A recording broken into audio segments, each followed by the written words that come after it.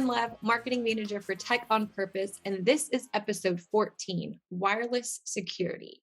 Welcome back to our Who's in Your Cloud series. Say it with me now, 21 steps to secure, reliable, and trusted technology. Should all have that by now. All right, so if this is your first time joining us, thank you. If you've missed any of our previous episodes, check those out on LinkedIn, Facebook, YouTube, or Spotify, or sign up at techonpurpose.net/blog to get those episodes delivered straight to your inbox. Today's episode, wireless security.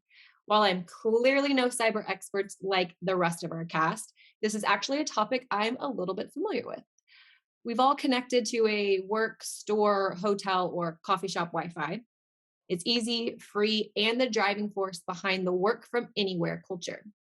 My favorite part is being the envy of all of my work from the office friends as I sip daiquiris on a beach or drink some lattes from my French balcony, wow, all while still bringing you guys this very entertaining vlog series.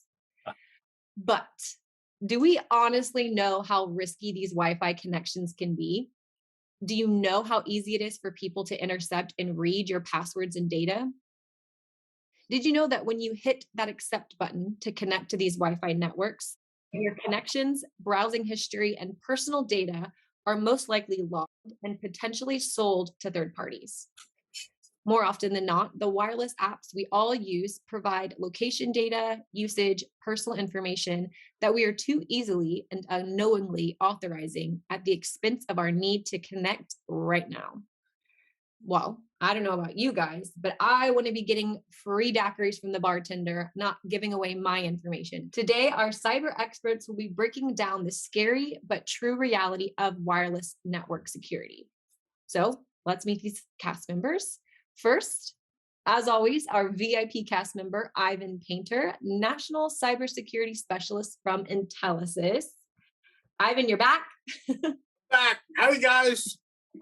And looking snazzy, might I add. New to the vlog is Cisco's system engineer, Yispel Calzada. We're so happy to introduce you guys. Thanks for coming on. Thank you, Lauren, for the invitation. Oh, glad to be here. Of course. We're glad to have you. Also new to the series from Fortinet, we have Trace Meeks joining us today. Thanks for coming on, Trace. My pleasure. Thank you for having me. And last but not least, my partner in cybercrime, TechOnPurpose's founder and CEO, Matt Tankersley. Hey, everybody. All right, Matt, cast, let's get started. Matt, take us away. Sure thing, Lauren. And thanks to you guys. You guys are always awesome. And to our viewers for being here, thanks for being with us today. Right. So let's start off by stating the obvious. The simplicity and ubiquitous availability of Wi-Fi to get online at work, collaborate, transact, or be entertained is a really awesome thing. And that is until we look under the hood of the many security and legal aspects of wireless connectivity. And how often does that happen, right? Let's look at a couple of wireless security data points that users, business owners, and IT teams need to really take time to consider. First one in every 4 Wi-Fi hotspots is unsecured. That's important. The US of A ranks 12th globally in proportion of unsecured Wi-Fi networks. Everybody thinks we might be ahead of the curve, but apparently we're at number 12. And 72% of business data breaches came via unsecured wireless devices. That's an important thing right there. So how should these facts be proactively considered as we race to equip and support our BYOD workforce with anytime, anywhere, any device access? There's no question that policy needs to be front and center, meaning what company data are users authorized to access, on what devices, and at what locations, like Wi-Fi networks, public or secure. But as we learned over and over, relying on our human firewalls to be security experts, follow policies, or slow down and consider their decisions before clicking and connecting is probably not the path to achieving secure, reliable, trusted technology.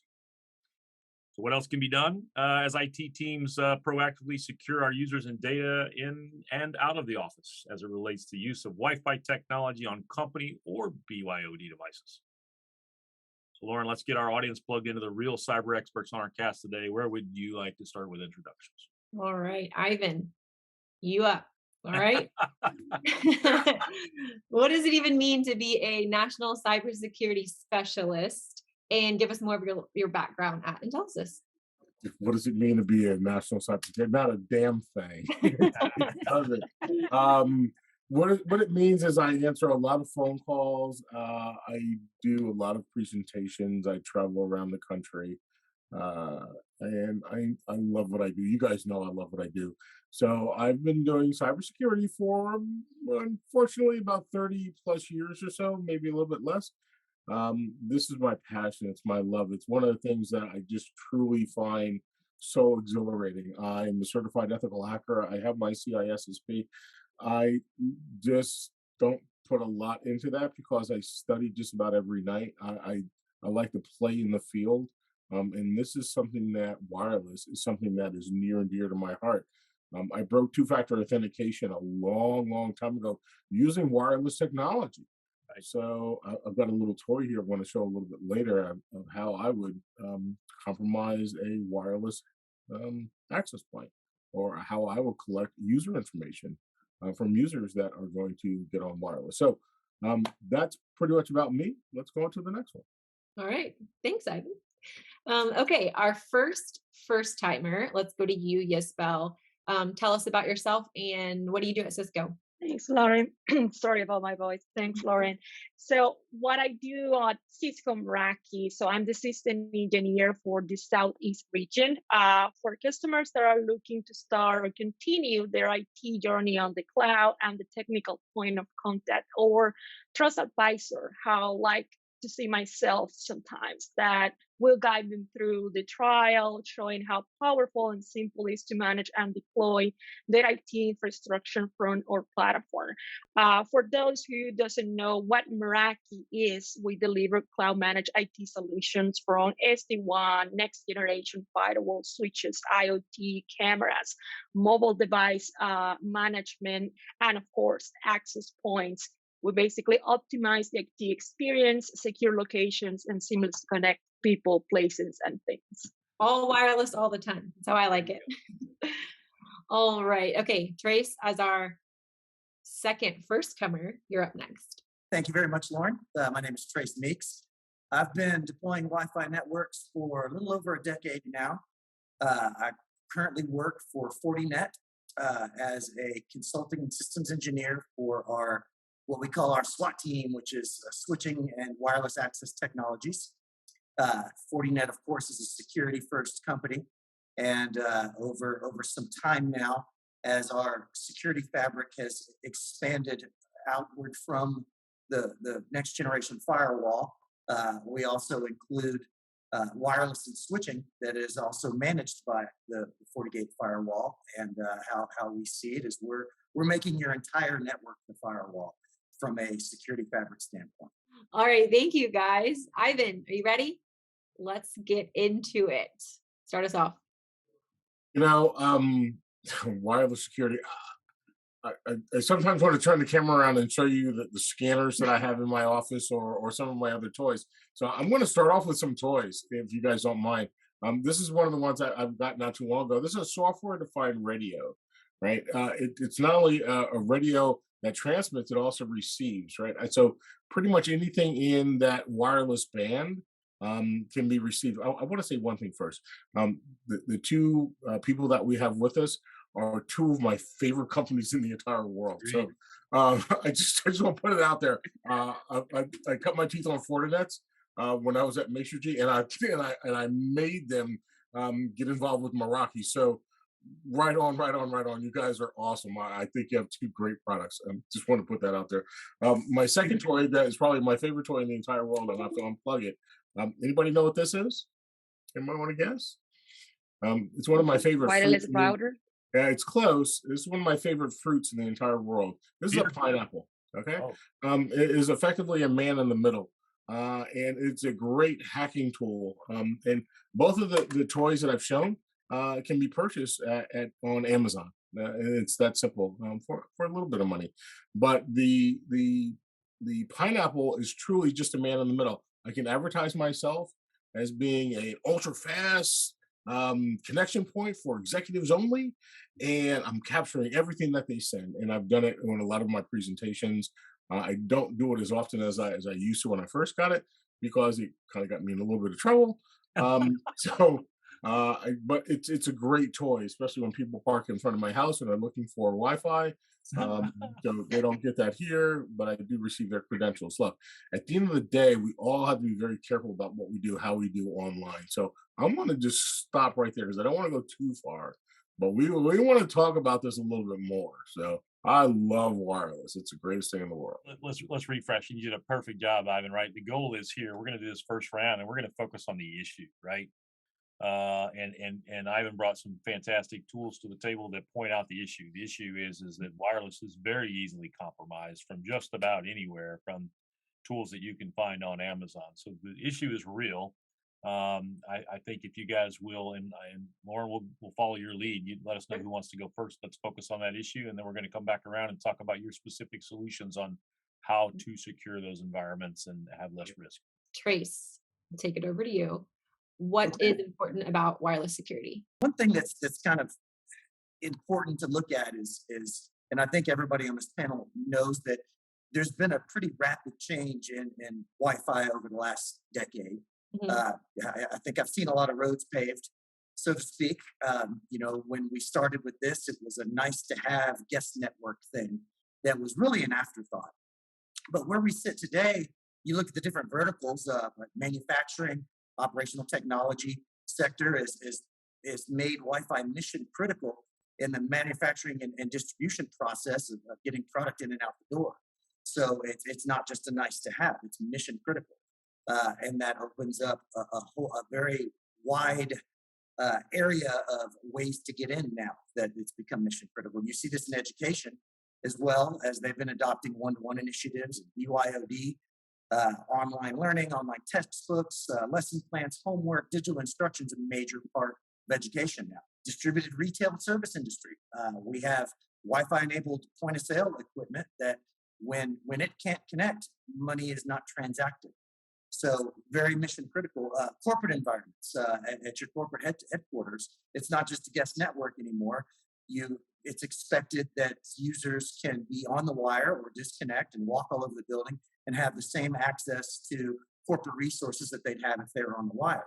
And that's just to name a few examples, but pretty much every major function in the world now is heavily relying on Wi-Fi. So it's opened up such a large attack vector that we have to treat it very differently.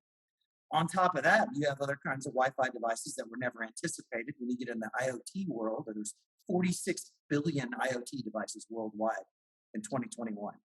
And these are very easy to get into devices.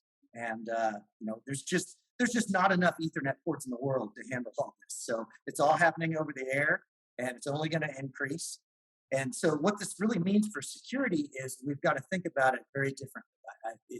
It's not just about simple authenticating to the network or looking for rogue devices.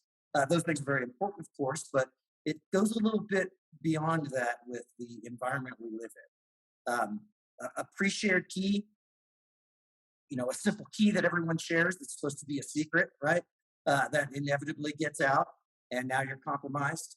Even when you get into the 802.1x approach with a username and password, it's not as compromisable, but as I'm sure we know here, that's also can be compromised with man-in-the-middle attacks, with social engineering, with people just leaving their passwords out. So simple authentication and simple rogue scanning is just not quite enough. So what we need to do is look at this as a more holistic approach across the whole wider network as a fabric. Because what authentication doesn't mitigate is when a user gets on the network, where do they go?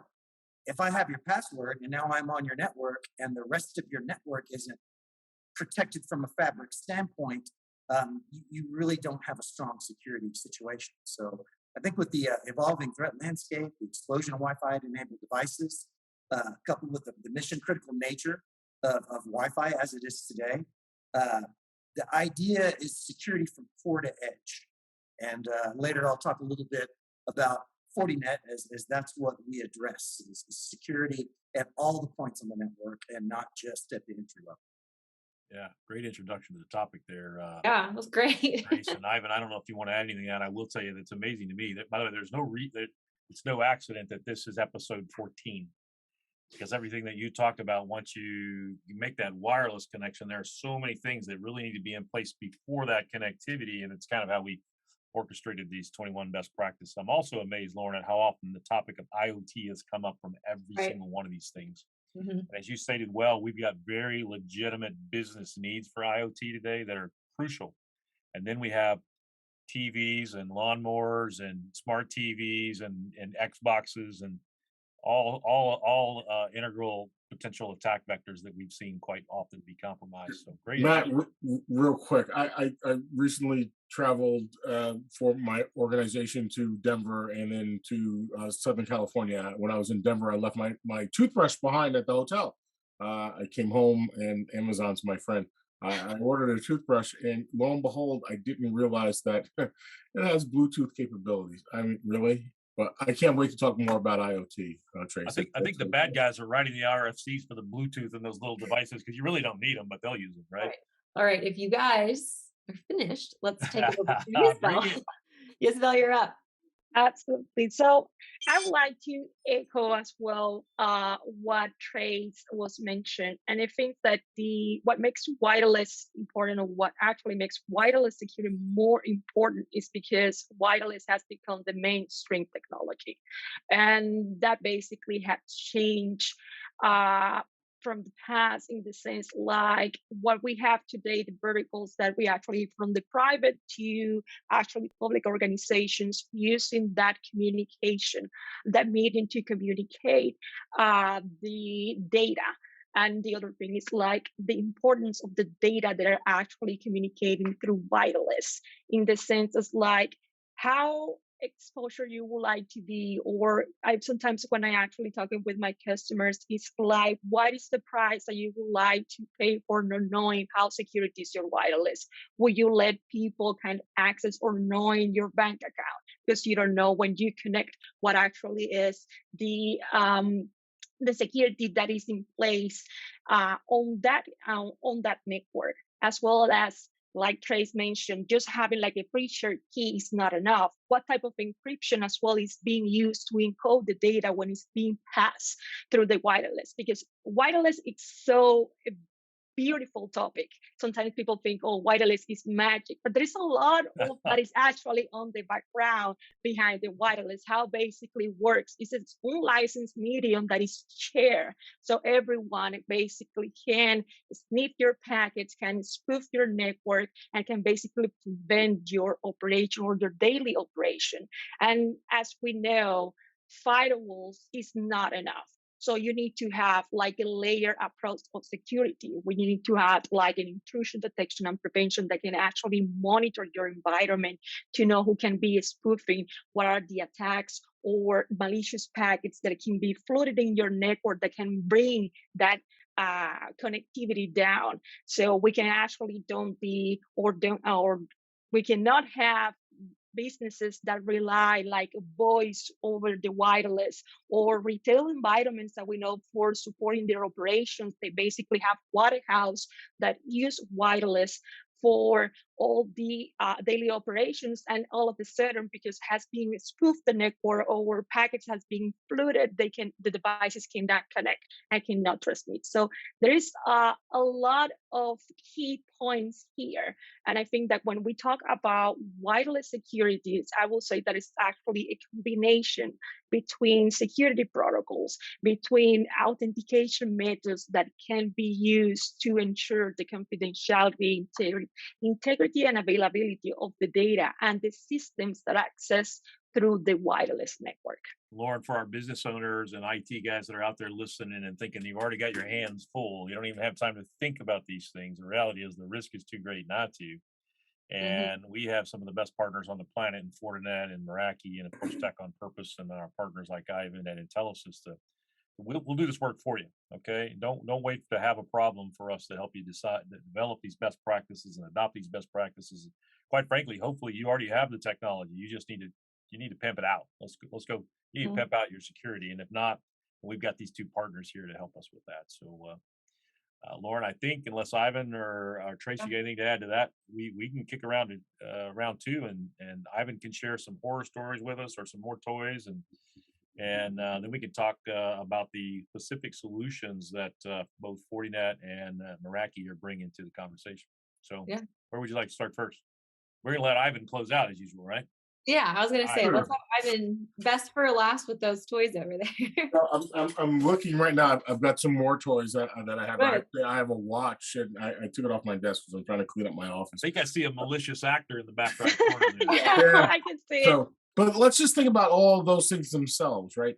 Everything now is a wireless access point, right? Because that ring is part of that, and then that brings out to a mesh network that's being developed by Amazon. And we're not even allowing them to do it; they're doing it themselves, right? That sidewalk application.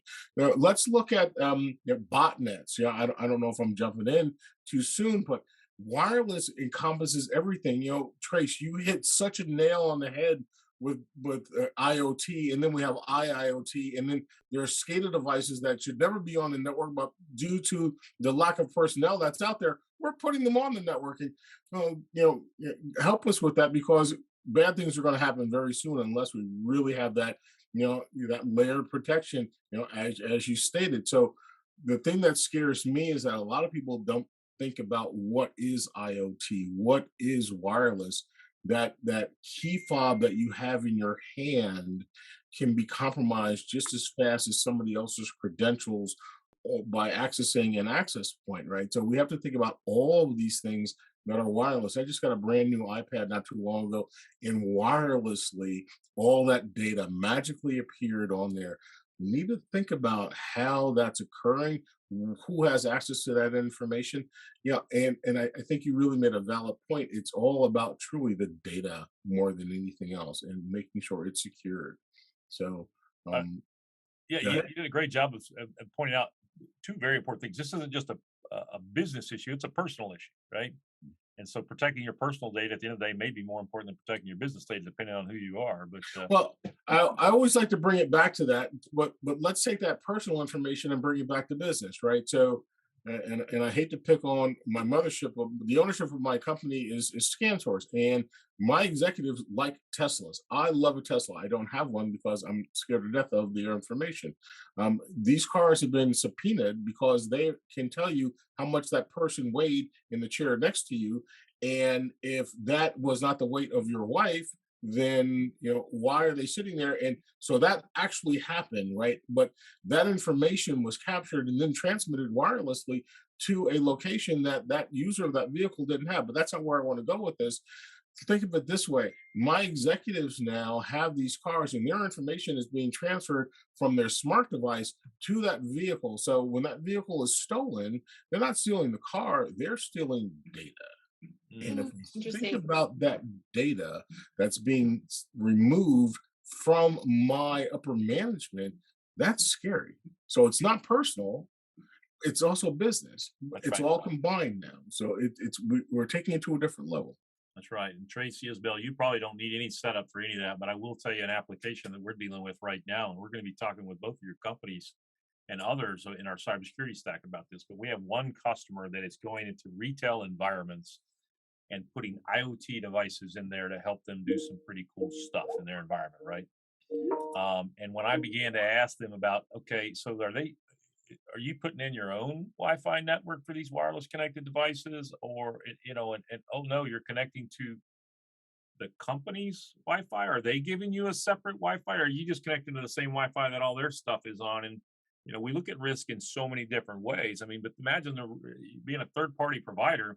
It goes into a customer's environment, multi-million-dollar contract. Your device gets compromised and spreads east and west to their devices and compromises their data and their customer data. I mean, it just scares me to death. And so, good news is it cues up those kinds of conversations. Right. If you're listening and you're out there doing that kind of stuff, guys, have your own network, control your own environment. Don't put yourself at risk of harming someone else's and your own customer's environment, right? So, all right, I'm Right. shutting up. Trace, do you want to talk about y'all solutions? Sure. And another thing to add to the Tesla thing that Ivan mentioned that I noticed some time ago is with all new vehicles being smart. When you travel a lot, you get into a rental car and you pair your phone, and it sucks in all your contacts. I've looked and scrolled through everybody else's contacts that had been in that car prior to me. And I definitely stopped pairing my phone to rental cars. Right. But yeah, it's our data is just out there in a major way. But how Fortinet looks at it, I know that the topic is wireless, and I am going to hone in on that. But one big takeaway is I think we all have to look at our networks in a as more of a security fabric. This is something Gartner's starting to mention now. They call it the cybersecurity mesh. Something at Fortinet, we're glad they agree with us. We look at the fabric as a broad, integrated, and automated solution. Because when we say broad, visibility and protection of the entire digital attack surface is crucial, right? It's not just the Wi-Fi. And I'm going to get to the Wi-Fi section of it, but it's the endpoints. It's the devices coming on the network, right? It's your servers beyond the network. It's your applications in the cloud. It's what is your firewall doing? Processes traffic. Is it doing SSL decryption? What can it see? Integrated is important because there's a lot of security companies out there. There's a lot of security solutions, a lot of great products out there. But if they don't all communicate and work together, then you have a bunch of disparate management systems that you have to learn and become expert at. And we all know there's a pretty big gap in security expertise out there. A lot of people are hiring. I always tell anybody who has kids getting ready to go to college, interested in technology, not knowing what they want to do, I tell them go security because you're going to have a job.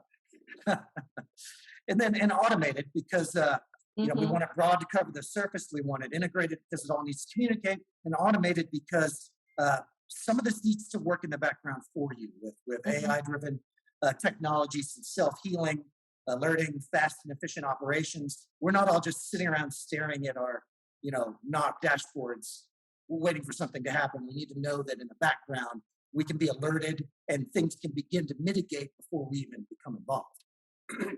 So, working from, let's say, the edge to the core, I always recommend to clients they've got to have some kind of endpoint solution. We offer a few products, 40 EDR, 40 client. EDR is a great one because, if you're infected with ransomware, it's not even going to launch before we've figured it out and mitigated it and let you know it happened. We have not had a ransomware launch on any products using 40 EDR on their endpoints. So very strong endpoint solutions recommended. If you want to move back, which I'll focus on a little bit more here in a minute, to the access layer now where we're connecting, whether that be plugging into the port or Wi-Fi, the topic today, we recommend the unique part of our solution is our industry-leading next-generation firewall, the core flagship of our company, the FortiGate, also has a built-in Wi-Fi controller and switch manager. So what this does is it marries the security layer and the access layer for full visibility and control. And I'll get into that much more here in a moment. And then, in addition to that, we want some form of network access control. We have some of that native within the FortiGate. It's pretty exciting. But also we have a wider FortiNAC solution that's a little more agnostic because you want to see everything that connects to the network and have full zero trust access control of how that device can join and then where it goes beyond that. And then we also would recommend something like our FortiAuthenticator product that is your certificate authority, handles your multi-factor authentication, like FortiToken or Forti single sign-on, to bring all this together under one fabric umbrella with as few management systems as possible to learn. So really, when it comes to Wi-Fi, and we've got a lot of other products that I don't want to monopolize all the time on, but all of them are security first in mentality. They all communicate and they all form the fabric. But we're here to talk about Wi-Fi. So we do this very differently. It's not often that your firewall is your controller, but built into the firewall without any extra licensing fees. It's just native to the OS is a Wi-Fi controller and a switch manager. If you already own a FortiGate out there, you may not have seen that section. You can just start buying switches and APs and plugging them in. They will automatically discover. They will securely become managed. And what we do is we treat our VLAN interfaces and our tunneled SSIDs as the same as we treat any other interface on the firewall. So this is that marrying, again, the marrying of the security layer and the access layer. we're making your whole network the firewall. So it allows for control, provisioning, visibility, and those unified threat protection features in a next generation firewall, we can apply right to the VLAN or the tunnel SSID. So what that means is when a user connects to a tunnel SSID that's being managed by, that's a 40 AP being managed by the 40 gate, since it's a firewall interface, nothing goes anywhere until you create a firewall policy, right? So you get to then direct that traffic internal within the network, outside of the network out the WAN. We can lock that down into certain internet protocols, time of day. But the exciting part is we can build unique web content filtering profiles, antivirus profiles, application control profiles, DNS, IPS, file filtering, voice over IP, even SSL decryption, all applied uniquely to that SSID. And if you have another SSID that has other metrics or permissions, rather, that need to be followed under those particular metrics, they can all have unique profiles based on that next generation firewall, unified threat protection. This allows you now to have full visibility, full security. You go into one management system. You can click on a device and you can see what websites it's been going to, applications. You can see its antivirus status, all the things I mentioned, all in one dashboard. That's a high secure Wi-Fi environment in our opinion. But wait, there's more. there's another big factor to how Fortinet does security, and that's our FortiGuard Labs. And what FortiGuard Labs is, that's our threat intelligence platform, the research organization at Fortinet that's worldwide. Its mission is to provide customers with industry best threat intelligence to protect from malicious cyber attacks. We've got the most zero-day discoveries. We've got a wide environment of telemetry. And this is what's cool, is everybody who owns a FortiGate or various pieces of our fabric that work with the FortiGuard solution is you can agree with anonymity to share your data. So basically, we have endpoint sensors all over the world, all feeding back to FortiGuard. And that's how we're able to, that's 6 million devices worldwide. All of those feeding threat intelligence back to FortiGuard Labs, while all of those certified ethical hacker, white hat geniuses are, constantly looking at the latest ransomware, malware, bots, everything out there. And that is continuously, daily updated into everybody's FortiGates. So what you can do with that, that's not only feeding the profiles and all of the unified threat protection I've talked about, but that allows us to do something we call automation. So we can create what we call automation stitches that use indicators of compromise based off of the information from FortiGuard Labs. And what that does is if you have a device that joins the network, we see an indicator of compromise based on all of this data, we can automatically quarantine them. That isolates that device, cuts them off from any east-west, north-south traffic. It can send out a replacement message to the user saying you've been compromised, you need to go talk to your IT admin. But it gives you that peace of mind that not only do you have that enterprise, the next-gen firewall protection directly on the SSID as an interface, but if something's there, and that's without many of our other fabric pieces. This is just what our Wi-Fi does. You can have that peace of mind that you can get isolated and your network is protected. Yeah, I'm going to save some comments until we hear from the rest of our cast here today. Great perspective. Great perspective. Thank you. I can keep talking, but I want to be fair. And I didn't know before we got on the call that you were a Red Raider, but I wore this shirt subliminally just for you, brother. I appreciate that. All right. Isabel, talk to us about Cisco. I would like to actually reiterate what Trace mentioned. I think that he touched kind of like a sensitive fabric and is the endpoints. So I think that, and even before COVID, the approach to that the threat is outside and has changed in the sense like we need to be more conscious, like devices that are already in our network that may be compromised. And that's when actually zero trust policies comes into place, and having that layer of security from the access, so protection at the endpoints, access layer, and at the edge as well. So from the Cisco Meraki standpoint, we can actually start at the protection with the endpoints through our NDM solutions. How we actually manage and secure or automate the onboarding process of those devices in the network. So we actually create the protection to have like a certificate-based authentication when they're trying to onboard in the network, and as well the integration with other graded products from the Cisco portfolio like ICE for device pushers. Like it will actually automatically push policies to the devices. It will identify if the device has any type of antivirus or has been compromised, or what actually is even the operating system that the device is running, or it may have any type of vulnerabilities there that can be exploited by any hackers, and it will don't allow the access to the network. From the wireless standpoint, we actually offer protocols for encode protection, of the encryption of the SSID that are being broadcast, as well as segmentation when we actually talking about like IoT devices. Guest users will be like really good best practices when I talk with my customer. Cannot be just one flat network when you have your servers, or when you actually have your printers, or when you have, even if you are at home, where you have your refrigerator or your TV. So once you actually let something vulnerable share the same broadcast domain, you're compromising your entire infrastructure. So you can actually start with like that segmentation at the access layer as well.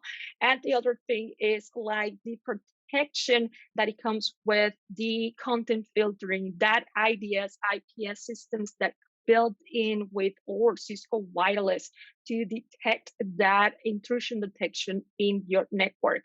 And what other great integration as well we have with our Meraki wireless portfolio is with the umbrella to have that DNS layer protection. So even before the clients try to connect to a site, we can actually stop that connection, knowing if it's a malicious, if it's actually an IP address that has been identified as a malicious IP address, and that can be stopped there. As the importance with that, and I was a long time ago, I was actually the target of many individual attacks. So basic, and DNS poison cache as well. So I was in a public Wi-Fi, like a hotspot, and I need to connect to the internet. I was actually not even in USA based. I was in another country.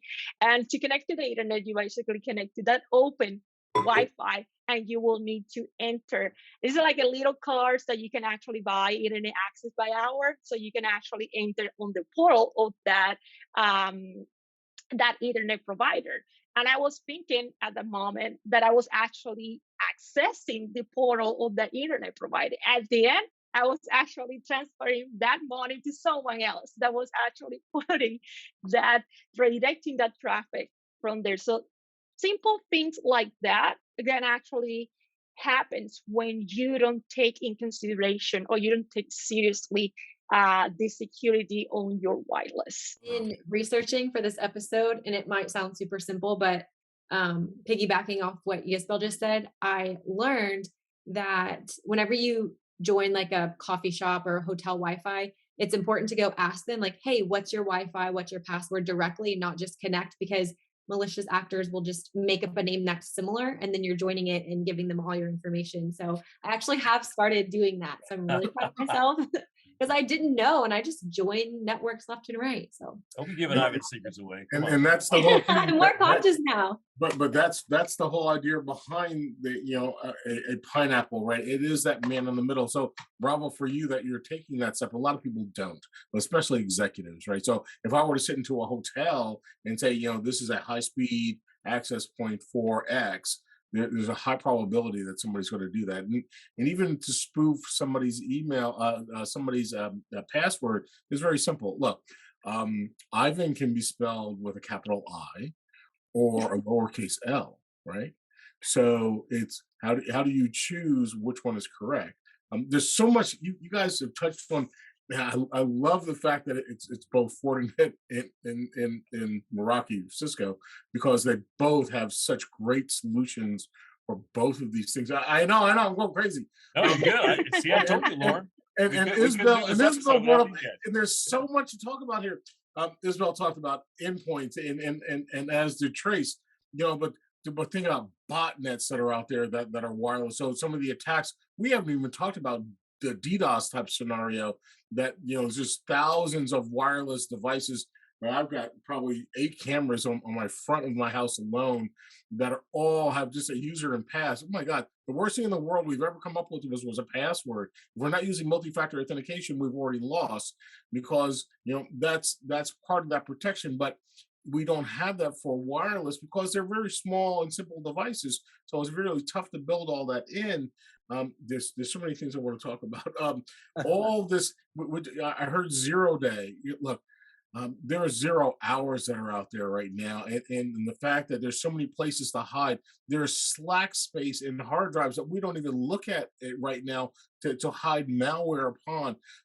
No, there's so much to talk about here. At the end of the day, both of these organizations bring to us, and my organization has a whole bunch of suppliers, but there's so many different ways we can look at access points and the data that we're transmitting, and we have to be very, very careful. Corporations, I heard Trace talk about the guest networks, right? Everybody has a guest network. Well, yes, but we have to have multiple networks. I have all my cameras on their own network. My wife has her own network because I don't trust what she's doing. If my kids come here, they get their own, but they get their own networks. Look, my company in my own house gets their own networks. Yes, I run 3 firewalls in there. Do they all go out to the same point? Yes, they do. And is there an access point there? Yes. I run Ubiquity here, but because I don't have a Fortinet or Meraki. But the bottom line is, a lot of folks don't run those firewalls, right? They don't look at their logs. They're not security conscious. So we have to make it simple for them. But when we make it simple, we make it easy for the bad guys too. So I take this right back to what I call DOE, and that is the human firewall. And Matt, I think you brought that up originally. We all, as individuals, have to be more cognizant. Organizations must provide that level of security awareness training, because no matter what the subject matter is, we've got to be conscious about what we do. And Lauren, that's just like when you went to the front desk and asked, what is the password? What am I actually logging into? That's where we start with the greatest amount of security that we can have. So I got so much energy around this because this is a great subject, and there's so much more we can talk about, and there's not enough time. And this is commercial, Matt. I would really refer back to the guys on TechOnPurpose. Reach out to them, because there's a lot more here that we're not even going to touch on.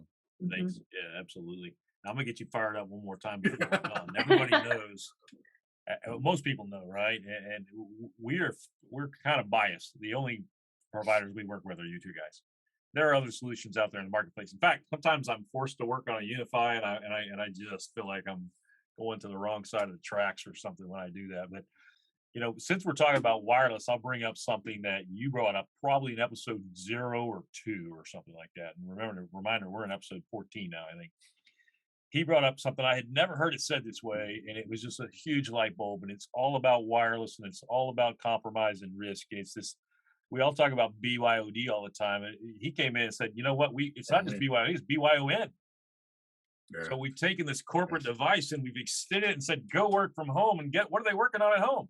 Their own network, which has all these IoT devices and the wife's things and the kids' Xbox. And I love that you're making separate networks for everybody. It's genius, because I guarantee you I've got about 5 around here myself. But yeah, BYON, man, this is something we could talk about forever and ever and ever. We've so just real quick on BYON, right?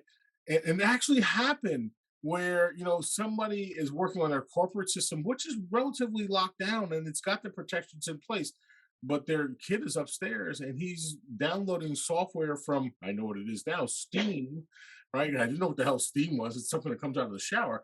but he's downloading from Steam, and it was a piece of malware, and that malware then infected that environment, and it did what any good hacking device or any good malware is going to do. It's going to look around, and it is that 0 day that Trace is out there looking for, that Isabel talked about, and that infected effectively the corporate device that didn't have the protections around it that the firewalls would have given us if it was there. So both of them have spoken about that. Endpoint protection is so valuable, and it can't just be an AV. It's got to be that next generation. It's got to be that EDR. Bring it to an XDR. I don't care what you do, but we've got to have that level of protection in there. Matt, you just get me so riled up about this stuff. It's ridiculous.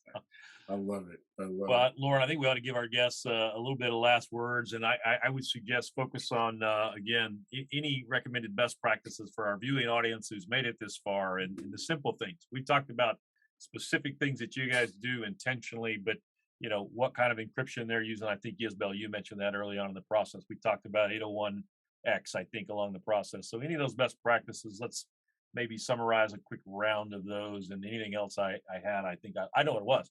If you're listening, and I hope most people are, right? We're in 14 of 21. And what I love about both of these cast members that we have with us today, they're a whole lot more than wireless security. Mm-hmm. So you're going to come to me, and I've got multiple vendors for all 21 of these. And more often than not, one of the things you're going to find is that I'm solving 4 or 5 or 6 or 8 or 10 of those with these vendors right here. Mm-hmm. So let's close out with best practices and final words. Lauren, we'll follow your lead.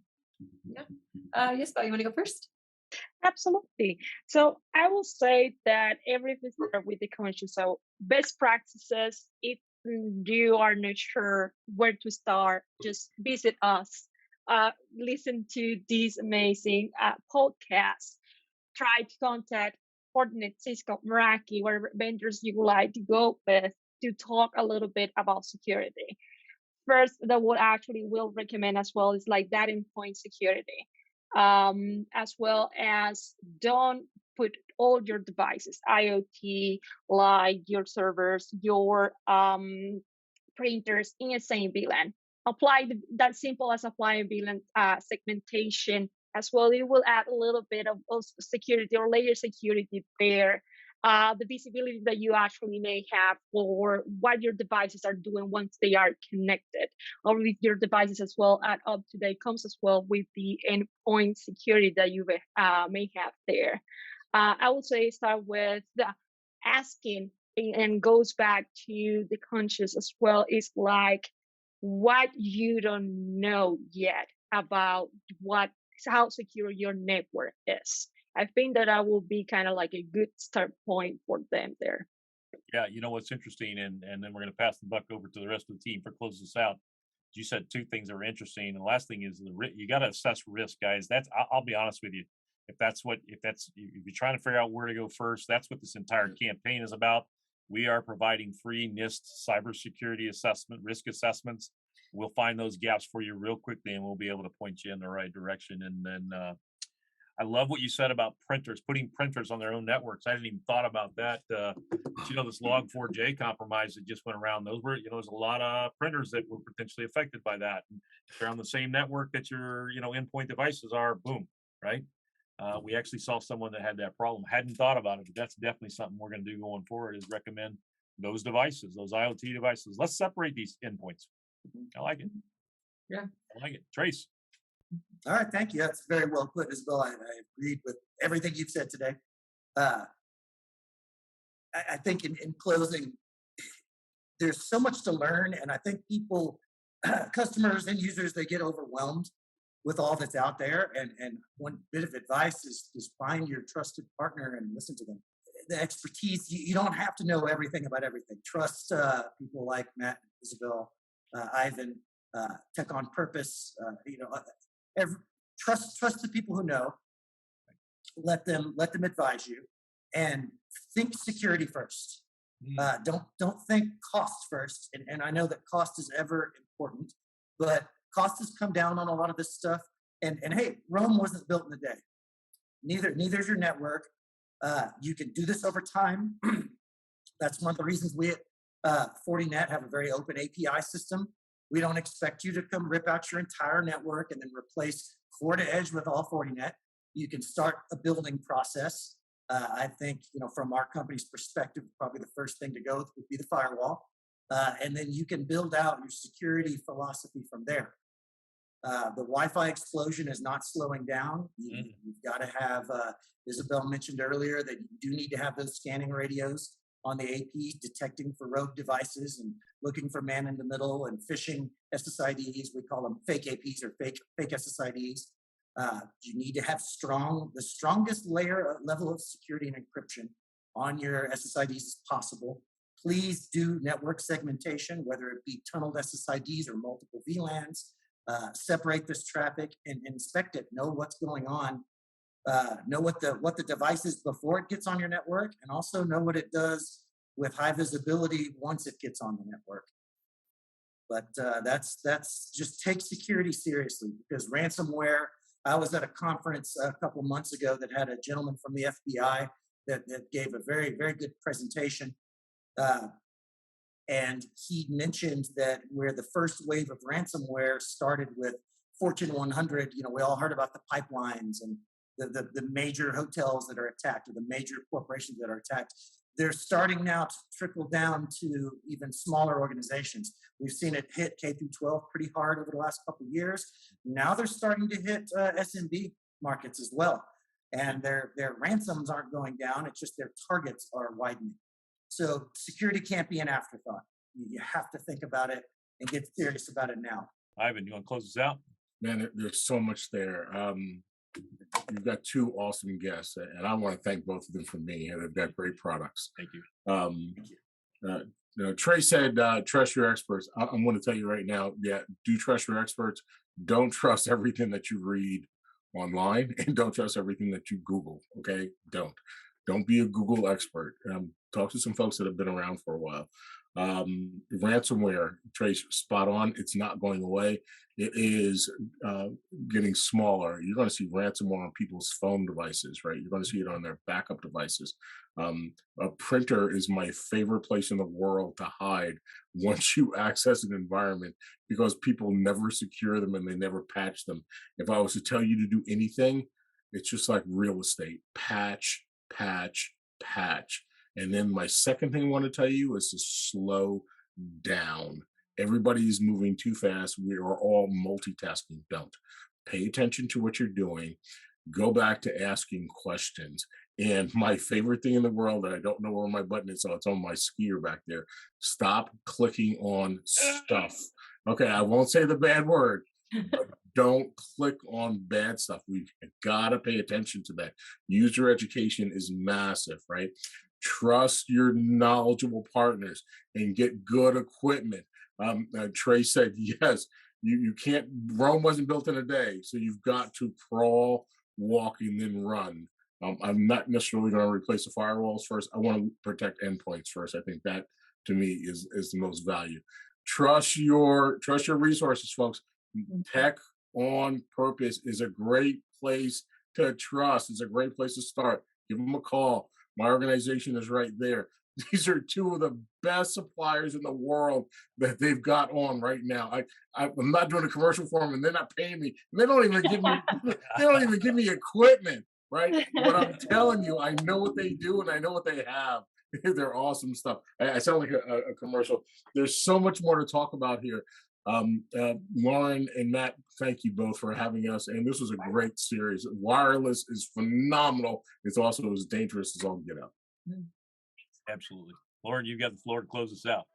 Yeah, well, if nobody has any other comments, thank you, Ivan, for those words of affirmation. We appreciate it. And I'll Venmo you that money I owe you. Don't worry. All right, guys, that's a wrap. Thanks, Ivan, Yasbel, and Trace for joining us today. Next week, we're talking remote access and how best security practices ensure your mission-critical data and systems are secure, allowing your business, staff, and clients to securely connect and work from anywhere on any device at any time. Check out that episode and all of our episodes on LinkedIn, YouTube, Facebook, and Spotify, or get them delivered straight to your inbox by signing up at techonpurpose.net/blog. Like we said before, to start a free trial from any of these solution partners, send an email to freetrial@who'sinyour.cloud. And sign up for our free cybersecurity risk assessment that Matt spoke about earlier at who'sinyour.cloud. Thanks, everybody, and we'll see you next week.